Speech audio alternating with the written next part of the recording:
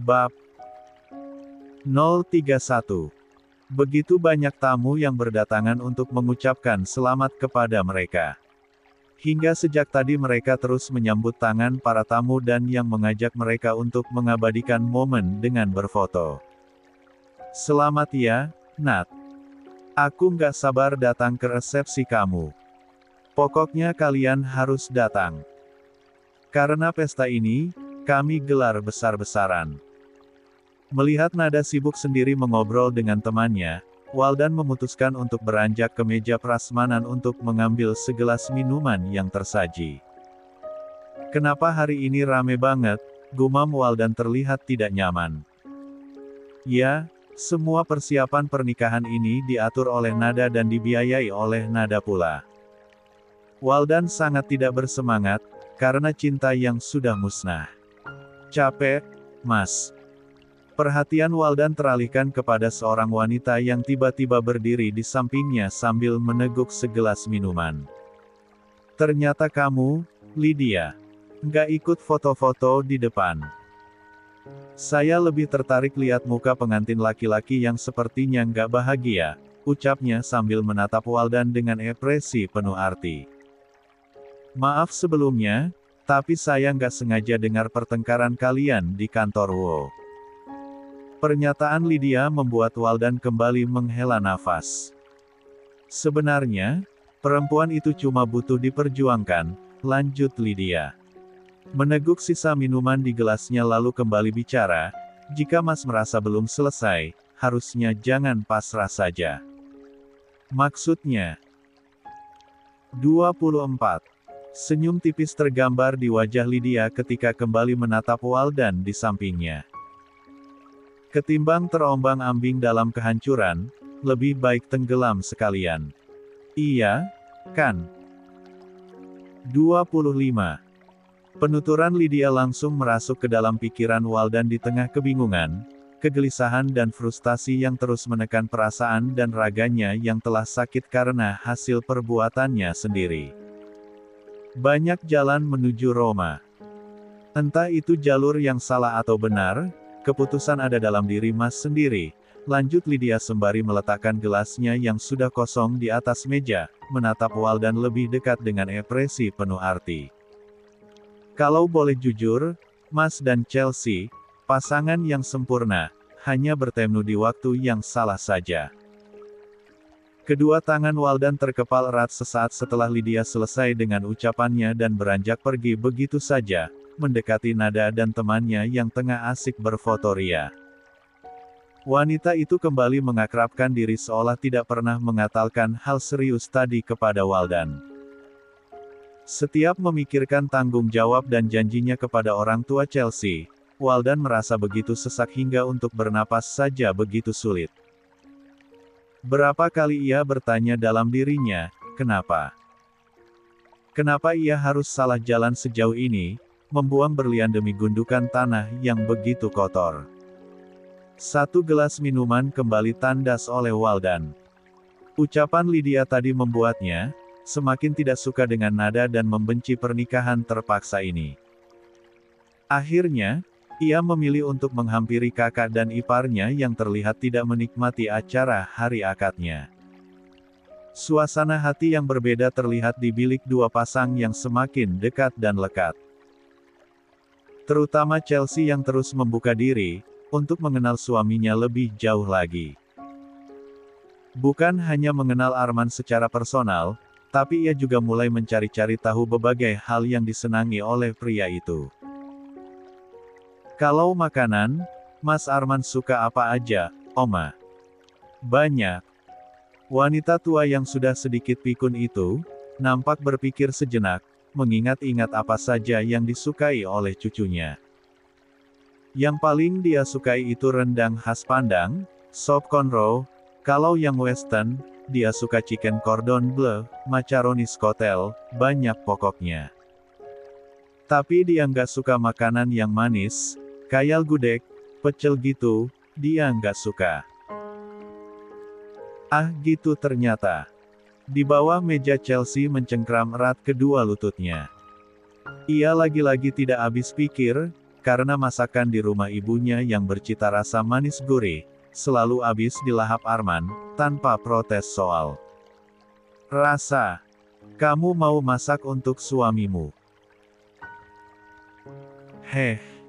Lamunan singkat Chelsea buyar saat Oma tiba-tiba mendekatkan wajah ke arahnya. Tentu ia langsung gugup.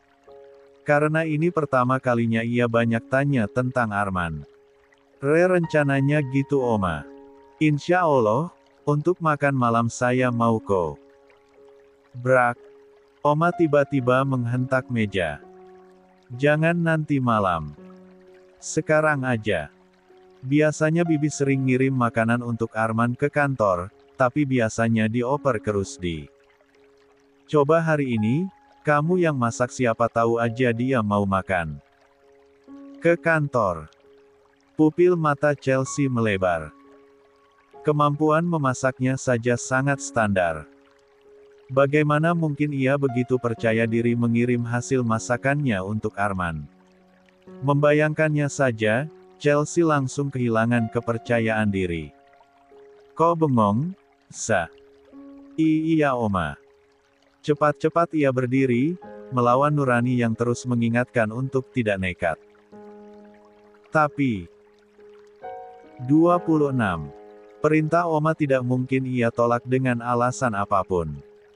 Apalagi ini mengenai urusan dapur seorang istri untuk suaminya. Mau dibantu? Biar asisten Oma manggil Bibi suruh pulang cepat. Oma kembali bertanya, memastikan. Nggak perlu, Oma. Terima kasih. Bisa. Nggak. Maksudnya bisa. Tegasnya penuh kepercayaan diri, meski ekspresi pucatnya menjelaskan hal yang berbeda. Bagus, hari ini dapur milik kamu. Nggak usah masakin Oma, karena catering khusus menu sehat Oma akan datang sebentar lagi. Ayo langsung cari bahannya di lemari pendingin saja, biasanya semua lengkap. Baik, Oma. Chelsea menundukkan kepalanya hormat, saat wanita tua itu beranjak pergi dengan dituntun oleh dua suster pribadi. Pandangannya terus memperhatikan kedua kakinya di bawah sana, sembari memikirkan sesuatu. Situasi yang sudah sepi, membuat Chelsea segera beranjak ke dapur. Sialnya, Bibi yang biasa masak sedang ada urusan di luar, jadi tak ada yang bisa ditanya-tanya. Pada akhirnya Chelsea kelabakan sendiri. Di depan meja kitchen set, Chelsea berjalan mondar-mandir seperti setrika sembari mencoba untuk menelpon malaikat penolong yang biasanya selalu siap di saat ia membutuhkan. Assalamualaikum, Bu. Waalaikumsalam. Weleh, tumben jam segini nelpon, Nduk. Itu disuruh masak tapi aku ra ngerti, menue susah. Piye iki, Bu? Tenang, Nduk. Iku gampang. Video call ae. Sambil berusaha mengatur napas, Chelsea mencoba untuk mengalihkan panggilan telepon tersebut ke video call. Secara virtual, ia berdiskusi dengan seseorang yang paling tenang di dunia ini dan mampu meredupkan kegelisahan yang ia rasakan. Sambil memegang ponselnya, Chelsea membuka lemari pendingin untuk mencari bahan-bahan yang dibutuhkan. Kebetulan, selama 6 bulan di Jakarta, Bu Nur sering membantu pemilik kantin di salah satu sekolah bertaraf internasional. Kaslo. Sore, dan suara di ambang pintu membuat Arman, Rusdi dan beberapa anggota reskrim lain, menoleh. Mereka langsung tertuju ke paper bag coklat berukuran besar di tangan staf itu. Apa itu, Jal? Tanya Arman, lalu kembali fokus pada berkas di atas meja. Ini, Labe jalan mendekat, meletakkan paper bag itu di atas meja sang atasan. Ada kiriman makanan dari rumah Anda. Tadi yang nganter, Pak Kusnadi. Oh, kembali menegapkan kepala, sembari menunjuk meja sofa di depan Rusdi.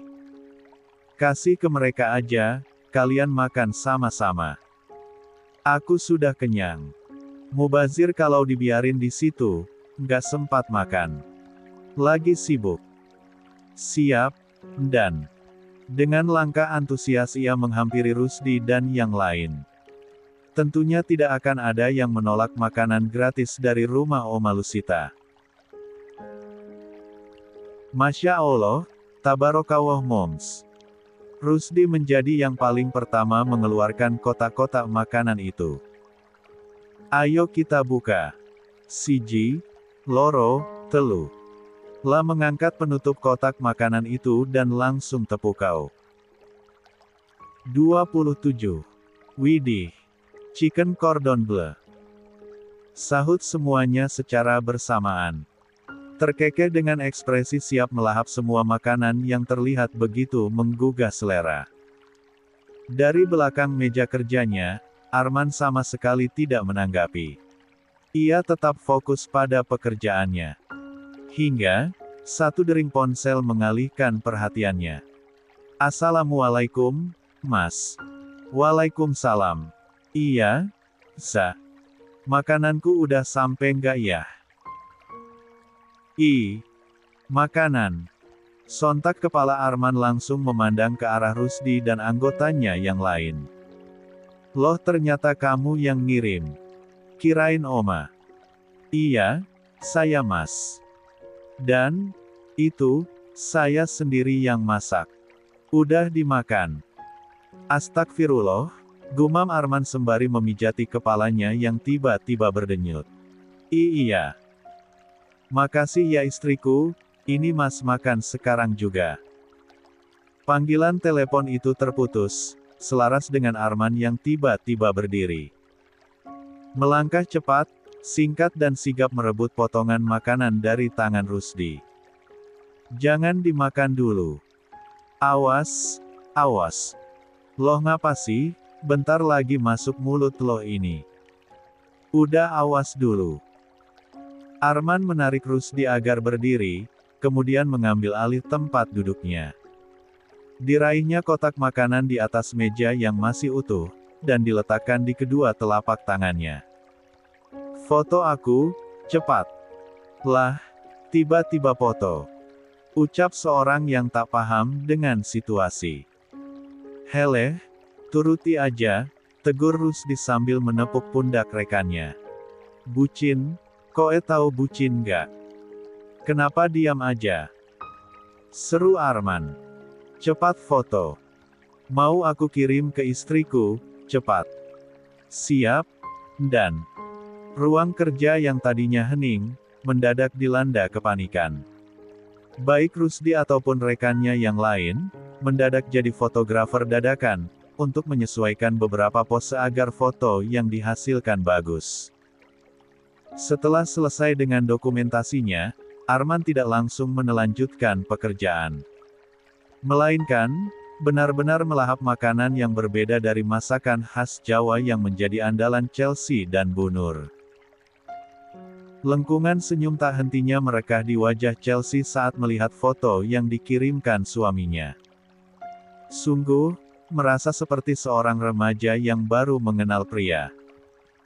Untuk pertama kalinya ia merasa begitu dihargai hingga ia bisa berkata pada diri sendiri, ah ternyata seperti ini rasanya dicintai secara ugal-ugalan. Lantas, kapan Chelsea akan menunjukkan cinta sebesar yang Arman berikan? Entahlah, hatinya masih diselimuti keraguan tanpa jeda. Pukul 10 malam, Arman pulang dan mendapati Chelsea menunggunya di depan untuk pertama kali. Meski begitu, Chelsea terlihat masih malu-malu, tidak berhambur memeluknya. Ia berjalan sangat pelan dan langsung meraih jaket dan tas kerja suaminya. Sesampainya di kamar, Arman duduk di sofa dan di saat bersamaan Chelsea bersimpuh di hadapannya. 28. Membuka sepatu dan juga kaos kakinya. Rasa lelah seakan sirna saat melihat usaha istrinya. Tumben. Chelsea mendongakkan kepala, mempertimbangkan senyum manis hingga lesung pipinya terlihat jelas. Tangan Arman terulur, menarik dagu Chelsea. Malam ini, Siap berapa ronde? Glek. Kedua mata Chelsea mengerjap selaras dengan deru napasnya yang mulai tidak beraturan. Temani Mas mandi. Tanpa menunggu persetujuan, Arman menarik Chelsea masuk ke dalam bilik tersebut. Dituntun ia wanita itu duduk di atas meja wastafel. Besok, kamu ikut. Tanyanya sembari menarik ikatan rambut Chelsea. Kemana? Pesta pernikahan Waldan dan istrinya. Dari rambut, berlanjut ke res 3 Ting Beetju, ditarik turun. Nggak cemburu. Jari-jari tangan Chelsea mencengkram erat tepi meja wastafel, saat merasakan tangan Arman menyusuri punggungnya. Tidak berlebihan maksudnya. Chelsea berdecak, menundukkan kepala untuk menyembunyikan senyum yang merekah di wajahnya. Bu Kapolres dan jajaran akan hadir. Mau tidak mau aku harus profesional. Kamu harus hadir, untuk formalitas saja. Bagaimana? Kepala Chelsea yang sejak tadi menunduk, kini mendogak, mulutnya mengaga meraup udara sebanyak-banyaknya saat Arman kembali meneni 3 sap-L, hairnya. Bagaimana ia akan menjawab jika situasi sudah begini? Di tempat lain, persiapan keluarga Waldan sudah sampai pada puncaknya. Berbagai hantaran untuk besok sudah disiapkan. Di ruang tamu rumah mendiang ibu mereka yang tak kunjung laku, semuanya berkumpul kecuali Waldan yang entah kemana. Beberapa tetangga terdekat pun turut bergabung di sana. Membahas berbagai hal mengenai pernikahan Waldan dan nada yang dianggap melanggar kaidah dan tentunya Chelsea tidak luput jadi bahan omongan. Tapi, Chelsea pasti datang kan ya? Walau bagaimanapun, dia istri atasannya Waldan. Iyalah. Duduk bareng Bu Kapolres, besok. Katanya dia makin cantik loh sekarang. Omongan ibu-ibu itu membuat Mbak Nia dan Suri saling menatap satu sama lain. Ekspresinya pun tak mengenakan seolah pujian untuk Chelsea adalah hal yang memuakkan. Dia nggak bakal datang. Sahut Mbak Nia, lantang. Mereka ini, belum setahun pisah. Dia nikah sama Komandan Arman itu karena duit. Kalau bicara perasaan, si Chelsea itu masih cinta banget sama Waldan. Suri hanya bisa tersenyum miring mendengar bualan kakak iparnya. Sebelum pisah aja, Chelsea itu sujud-sujud di depan kakiku sambil ngomong kalau dia sayang sama Waldan, cinta banget pokoknya, lanjut Mbak Nia. Dia nyuruh aku ngomong sama Waldan biar jangan terlalu sibuk. Tapi yang namanya abdi negara, nggak bisa cocok sama perempuan banyak nuntut dan kampungan seperti Chelsea. Tetapi, itu Pak Kasat Reskrim, muda, ganteng, kaya raya, kelihatannya cinta banget sama Chelsea. 29. Iya loh, aku lihat sendiri pas pindahan rumah Bu Nur. Sudut B. Bir atas Mbak Nia terangkat, mengisyaratkan ketidaksetujuannya. Yakin kena pelet itu. Biasalah orang kampung itu banyak pegangannya. Semuanya diusahakan demi duit. Debat tak berujung, membuat ibu-ibu tadi menyerah, tak lagi menyahuti. Mereka kembali menyibukkan diri, dengan kegiatan yang tersisa sebelum acara besok. Pesta hari ini, digelar di salah satu gedung serbaguna di kawasan Jakarta Timur. Semua anggota Polri yang diundang turut hadir hari ini. Mereka berdatangan satu persatu setelah kedua mempelai sudah duduk di singgasana. Nia, lihat siapa yang datang. Dengan malas Mbak Nia menoleh, dan detik berikutnya langsung berdiri saat melihat Chelsea digandeng oleh Arman. Layaknya istri pejabat lainnya, Chelsea datang dengan kebaya simpel namun tetap menunjukkan sisi elegannya sebagai istri perwira. Selamat datang kepada Bapak AKP Arman Firdaus, beserta istri, ucap seorang pembawa acara. Melihat Mbak Nia di jajaran penjemput tamu, membuat Chelsea sedikit tidak nyaman. Akhirnya ia memutuskan untuk melewati wanita itu, tanpa menjabat tangannya.